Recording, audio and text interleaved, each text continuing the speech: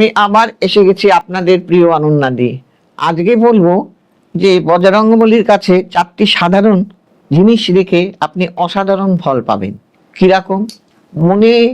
আমাদের মনে করা বা বিশ্বাস হয়, মনে করা হয় বা বিশ্বাস করা হয়, কোনো কিছু শুরুটা যদি ভালো হয় জানবেন তার শেষটাও ভালো হয়।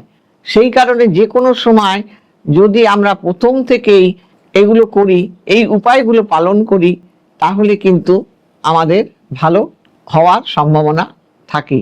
তাই হনুমানজির মন্দিরে যদি এই জিনিসগুলো রাখা যায় তাহলে কিন্তু ভালো থাকা যায়। এইবার এই জিনিস কি জিনিস?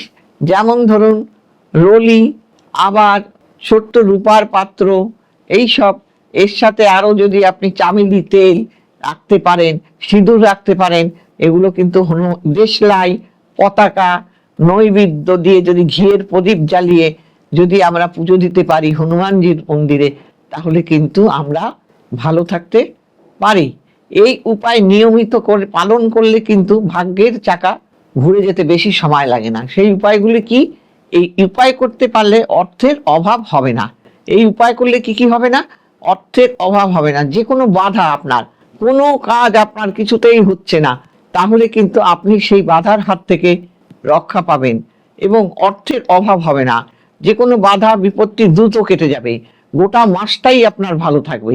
ঋণ থেকে আপনি মুক্তি পাবেন এবং যে কোনো, আবার যদি ঋণের বোঝাও থাকে তাহলে সেই বোঝাটাও আপনার কেটে যাবে।